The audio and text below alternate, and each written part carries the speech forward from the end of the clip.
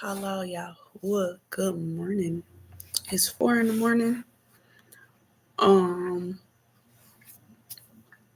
and exposing the truth. Um, so in this part of running for my life, um, going back to the beginning, I'm from Mead Valley, California. My nursery years were there. My granddad, Edward Lawrence Davis, was an electrician.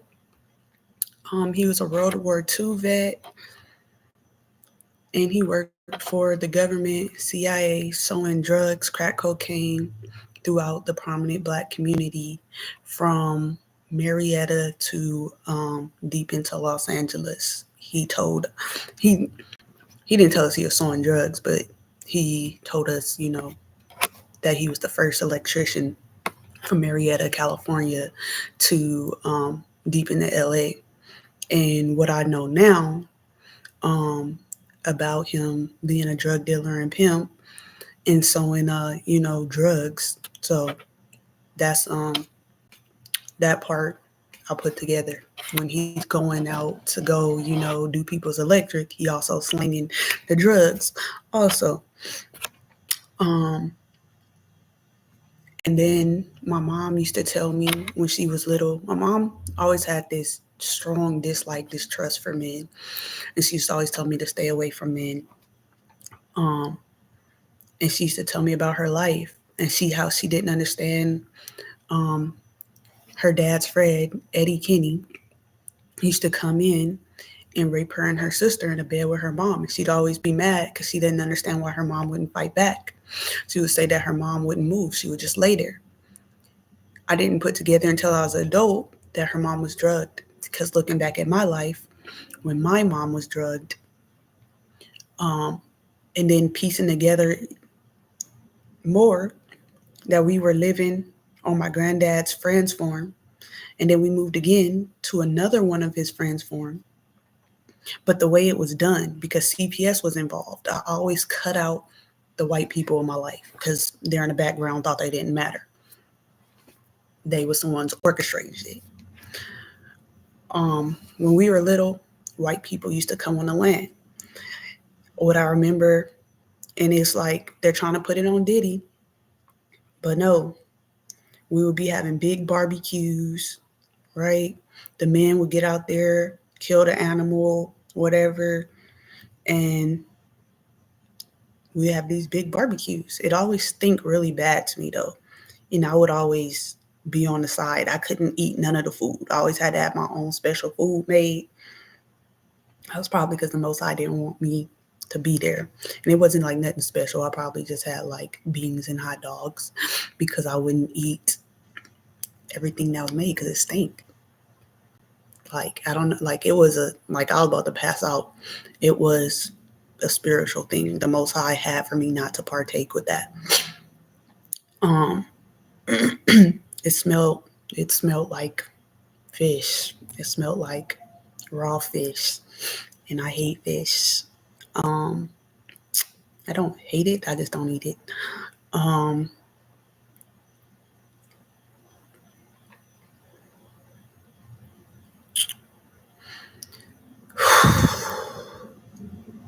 the white people that used to come on the land, they used to compliment our manners and made us think it was a real good thing. We used to have etiquette classes. They didn't give us etiquette classes. We had etiquette classes from our family and stuff. But they would always come and inspect us. And I was a kid, didn't think it was weird at the time to think anything of it. They always made sure, oh, put the fear of Jesus in her. Um,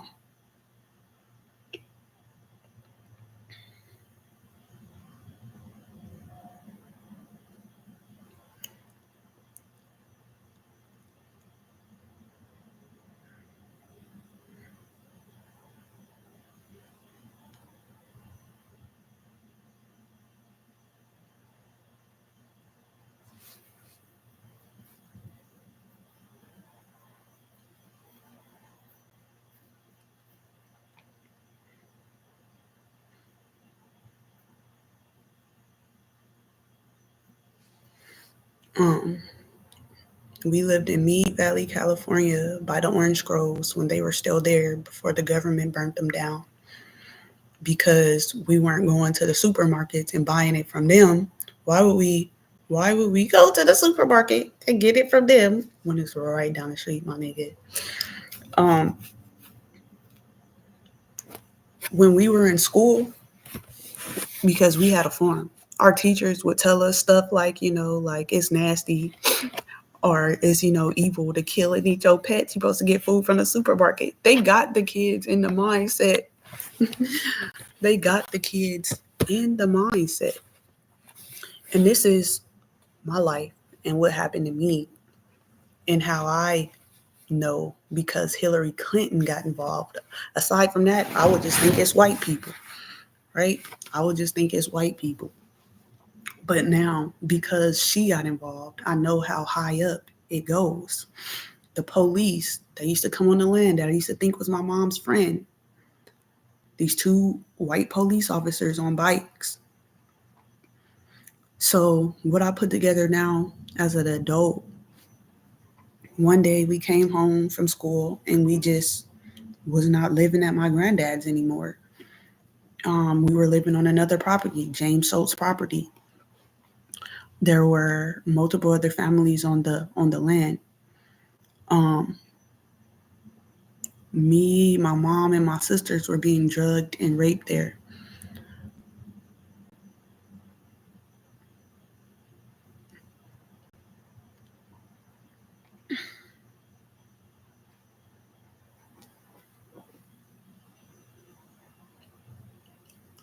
The government putting out everything the government is putting out is because they're guilty. They're trying to deflect the light from them. Someone going through this, a lot of people aren't going to be able to speak out. I've been fighting back all my life. The Most High is with me. If you and if a child is being abused from a child and they get to that sunken place where they're quiet, it's like demons sitting on your mouth and you can't talk. It used to be like that for me a long. I I could talk when I get around people. It'd be hard for me to talk, and it'd be like something's over my. It used to be like something over my mouth. Um, that broke off of me when my niece was sexually abused. I had to overcome that, and it took years still for me to come out of that. Um,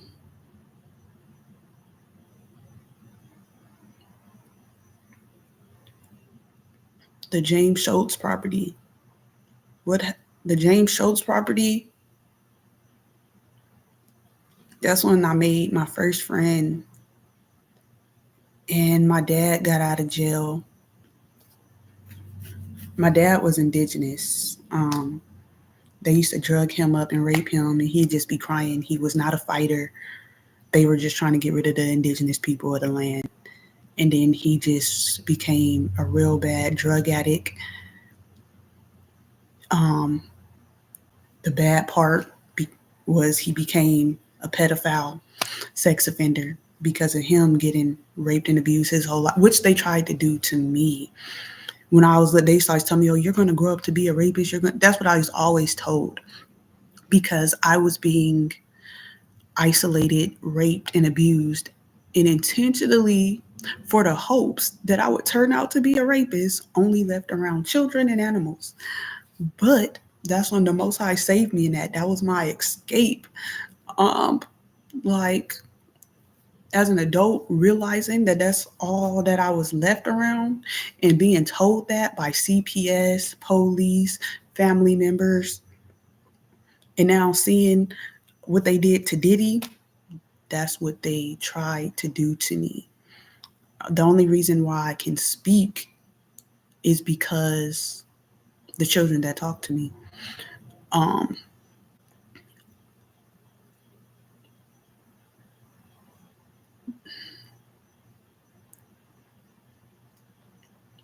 where am I at? The James Schultz property.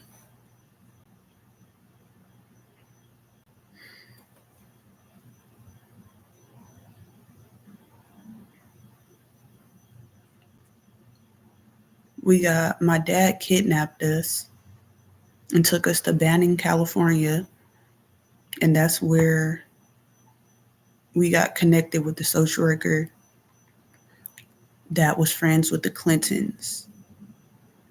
My mom, they took away her rights. They said she mentally was a child, and they gave custody of us and her to my aunt. Which, when we got there,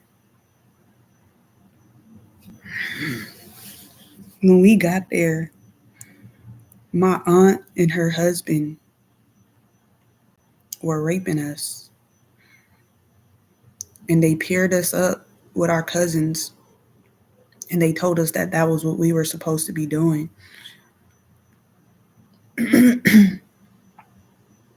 We were being drugged and raped. We were put there by the social workers that was friends with the Clintons. That's the time period that Hillary Clinton attempted to kidnap me. I was going to Nan Sanders Elementary School. It was right down the street from the social worker's office that also was in connection with the Clintons. When we went to foster years later, they put us back with that same aunt.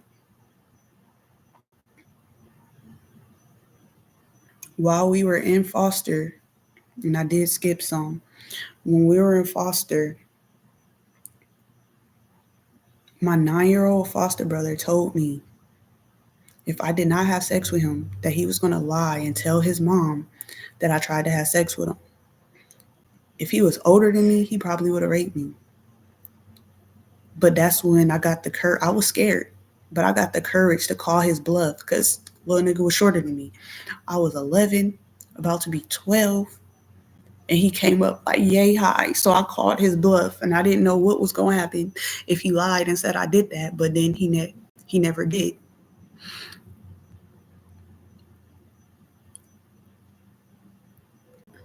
A few months later, one of his aunts came, and she was telling him like, oh, these are foster kids. You're not supposed to be family with them. You're supposed to lie on them, get them in trouble. If you want to sleep with them, and I was sexually assaulted by that lady. And then I was forced to take a bath and sexually abused by my foster mom's mother. My foster mom, Latoya, I don't remember her mom's name, but her mom sexually abused me in the tub. I was speaking up before that and telling the foster kids to tell because they were being physically abused. There was this 5-year-old girl named Georgia, and they beat the hell out of her and knocked her through the closet. And I told her to tell her social workers. And outside the door, my foster mom's sister was talking to this real fat, dirty, sloppy lady. Don't remember her name. And they were like, "Oh, we need to watch her around the kids. She was raped. She might rape the kids." And from then, ever since then, I just stayed away from the kids. And I think that's when I froze.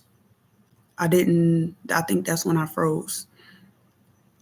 Because before that, they would only leave me around kids and animals. But I was always telling them about the Most High and empowering them to speak up. I wasn't going with their plan. They was raping me, beating me, and expecting me to give in to what they was doing because I wasn't getting love. Only thing I was being was isolated, raped, and abused. But I was reading the Bible since I was 3. The Most High Holy Spirit was with me. They were doing all of this satanic ritual abuse stuff to me, waiting for me to turn out to be like Diddy. Is what they were trying to do, which what they did to Diddy from a child, because they're trying to write reports against our people like, oh, they're these super predators. But no, they're the super predators. So that's when I froze. After that, we were taken to the CPS office, and they did the same little scenario. The social work, they had me in an area, and the social workers over there are like, yeah, we need to watch her around the kids because And that made they silenced me for a long time. And from then, I witnessed a lot of children being abused, but I was too scared to say or do anything because it kept being blamed on me. When all I was doing was telling them to tell their social workers, but the social workers were trafficking us. And then we would get sent to counseling, and the counselors were in on it. I did not know then. But then they would be talking about like, so they silenced me, and I was froze for a long time. There was a foster home that had a daycare, and they used to take the baby and lock her in the car seat, flip the car seat upside down, and leave the baby in there. This white family, and she would tell her she had two daughters. They were young. If they'd tell her, beat up Gracie, and the baby would have scratches and stuff and all over them, and the parents stopped bringing them.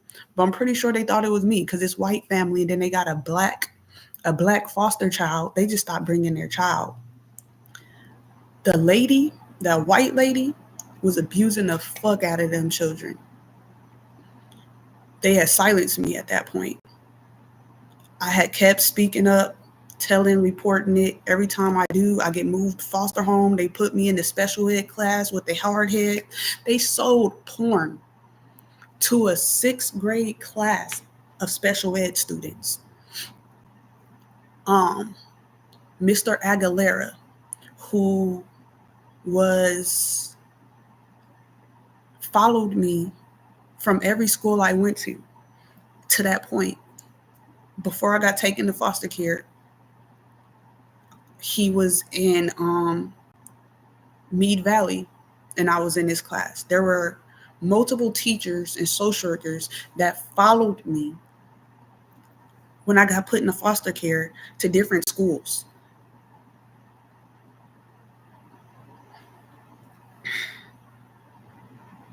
They showed porn to a sixth grade class, a special the of the of special ed students, SDC students. I was being silenced because I was being raped and abused, and they were hoping that I would do it to someone else because they were always watching so that they can write and label me as this. But that never happened because that's not in me. For a long time, I was scared because it was all that was spoken over me from a child until they kidnapped my child. And I realized I never did all of these things that they spoke over me and said that I did. But until then, I was breaking because I was like, everybody kept saying this is all that was spoken over me from a child. Nobody helped me, but everybody said, watch her, she was abused. But when I told that I was abused, I was told I was lying, this and that. But then as they left me around the children and stuff, and I'm protecting them and empowering them and telling them the word of the Most High, then they're walking around me, oh, like they're talking to each other, and like I'm accidentally overhearing, but they're doing it on purpose. Oh, watch her around the children because she was abused. I was isolated and silenced. Every time I reported it, I was moved and told that I was a liar. They sent us back to my aunt after a year of being in the foster care, and they collected their little agency check. Then they adopted us out to my aunt, who they had put us with in 2000, put us back with the same lady that we was being gruesomely sexually abused by, but it was by the government's consent. They knew about it. They put us back with them. The police was funding the gang violence in the area through my cousin James. And that's why I always get beat up talking about snitches get stitches, and I didn't understand. They beat my ass before I understand, because when I tell, I'm telling on the hood. But the police was behind it. They was funding the gang violence. They were coming to our door. I didn't understand. I did not understand why the police always came and talked to my aunt.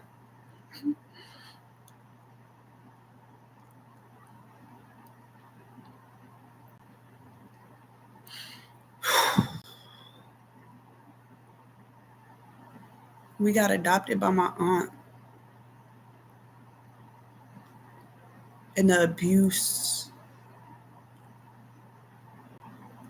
grew exponentially when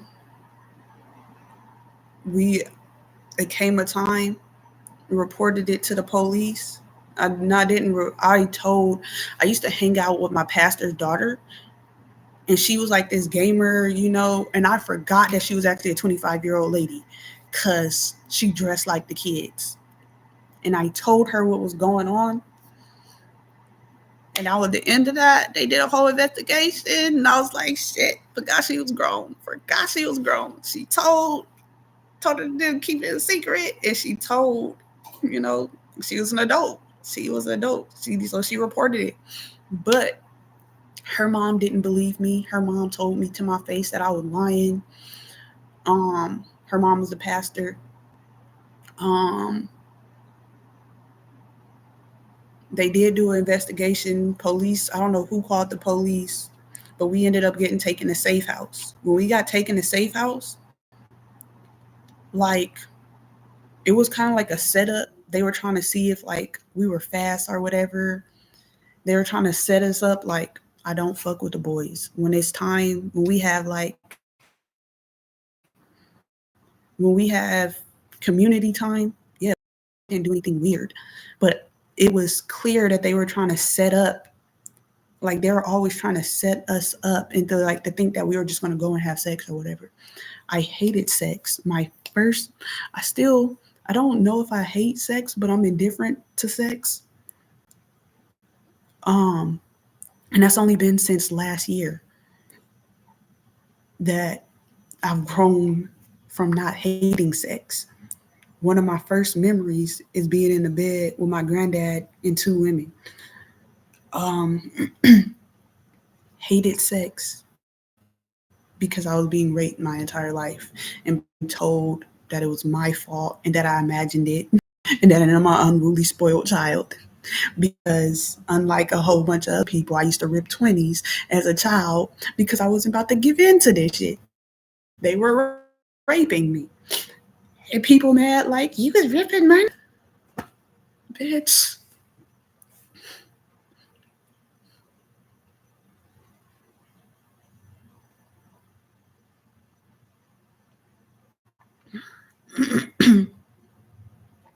So we went to safe house, and the whole setup was to still try to make it seem like we was these unruly kids. When they figured out that we weren't, and they could none of their lies could stick, they sent us back one by one because I told them like I'm being raped and abused here. I don't want to go back. The social worker, police officer, my aunt, and counselor had a team decision meeting, and they grilled me and broke me down and told me that I was lying and I was an ungrateful, unruly child, and that I was going back with my abusers. And they sent me back. They kept my sister a little bit. They sent her, I guess, out to the desert. They sent her out to the desert, which is another safe house, which they promote the children to get sexually involved, right? Because they want to make it like, oh, these are just these sexually active children that's lying on. No, they got my sister in foster care. They had her. They intentionally sex trafficked my sister, put her in a foster home that had a gang there, and these 25-year-old men sleeping with all the women, all the children on that property. And they got to my sister. I got voted out of that foster home. I got voted out of that foster home. And that's where my sister was introduced to that. But then they want to write it like, oh, it's the kids being fast. We were being sex trafficked. And I was fighting against it. And every time I spoke up, I was moved. and the adults got in on me and broke me down and told me I was lying, or they would have these little groups off to the side and make sure I was there, and they would be talking about me and make sure I overheard.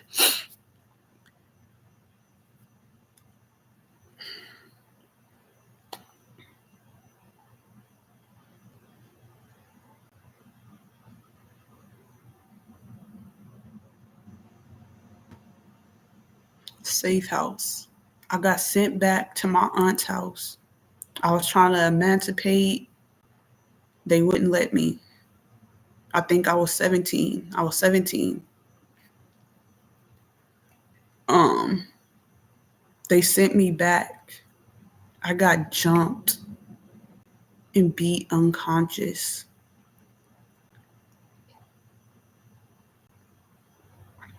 for telling that my aunt was allowing her boyfriend to sexually abuse me. And she told me that she was going to make me suffer and that she was going to lie and tell the bishop that I said that he sexually abused me, which I did not say, so that everybody would. And I'm getting now that this was the plan for CPS and all of them, because then they said, oh, she play rape, which is why I'm running for my life, because I'm actually being drugged and raped and abused my entire life, and they keep silencing me. The government is in on it. They then trying to put me in a mental ward. They got my cousin. I don't even know if she alive. Put her in a mental ward. Took off 5 of her children. Nobody knows where they are.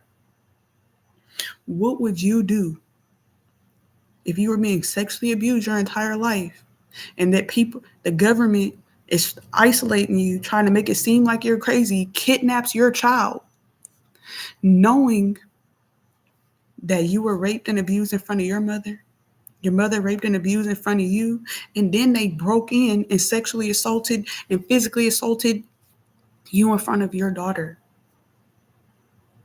I will kill over my child. I will do you grimy over my child.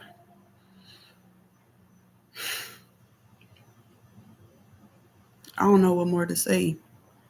If y'all don't believe me, y'all about to be in the hot seat, because the government is coming for you and your child too.